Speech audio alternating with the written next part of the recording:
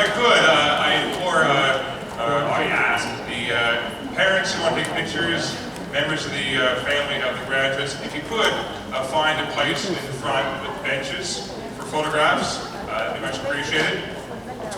Earlier, I mentioned that I was asking people about their high school experiences, and I thought about an experience that made an impression on me.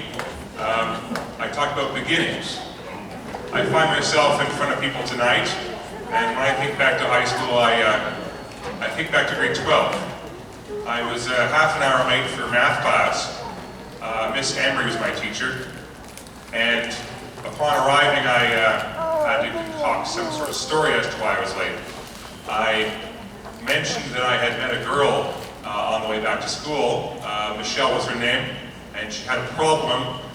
She had a cat named Hector who was up a tree. And so I had to naturally help Michelle.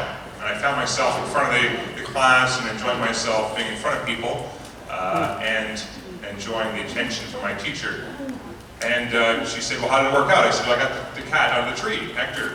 And she said, how about Michelle? I said, well, we're having ice cream tomorrow.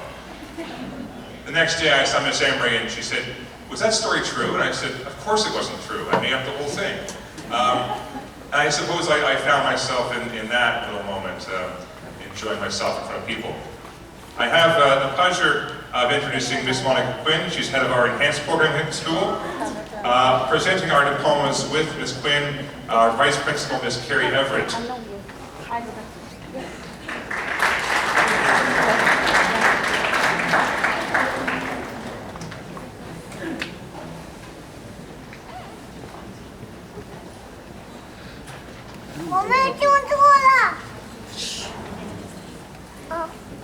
Right, I've been asked to advise parents and siblings to move all the way to the front and sit on the bench until your son or daughter's name is called.